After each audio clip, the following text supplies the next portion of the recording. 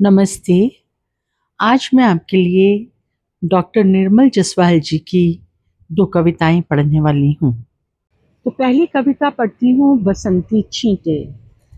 बहुत याद आते हैं वो छींटे, वो बरसात के छींटे, बेबात के छींटे, बारिश में पड़ती बौछार के छींटे, बर्फ में घुलते छप छपाते बर्फीले छींटे, करार के छींटे, मस्त बहार के छींटे।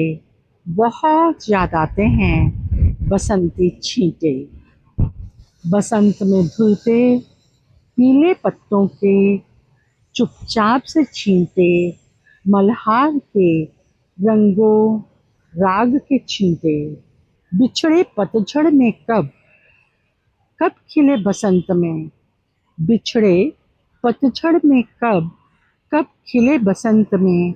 बहुत याद आते हैं खिलते फूलों में पराग के छींटे, तेरी खिलखिलाहट के छींटे, वो छप छपाती बरसाती मेघ मल्हार रंगीले छींटे।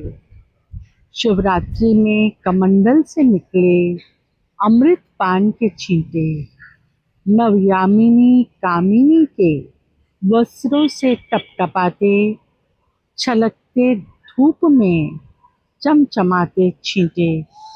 बहुत याद आते हैं ऋतुराग के छींटे, वो तेरी याद के छींटे। पढ़ती हूँ दूसरी कविता जिसका शीर्षक है खामोशी।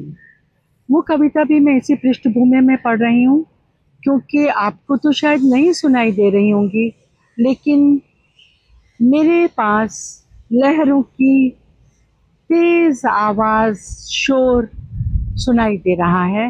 तो उस शोर की पृष्ठभूमि में पढ़ती हूँ कविता खामोशी। खामोश तुम भी हो, खामोश मैं भी हूँ, फिर क्यों तुम करते हो अटखेलियाँ अपनी खामोशी से।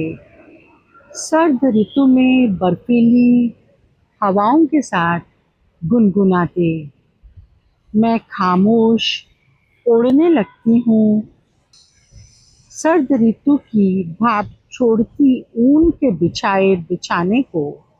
कहा था तुमने खामोश लब रोक देते हैं विचारों के संविधान को, पेड़ों के परिधान को, और जर्जर हो जाते हैं पत्तों से विहीन हरियायल दरख्त जैसे सर सर निखरती हवा में भटकती कोई रूह। शाखाओं को चूमती बर्फ थम जाती है अधर में, फिर कटार से चुभती है तुम्हारी खामोशी। धन्यवाद।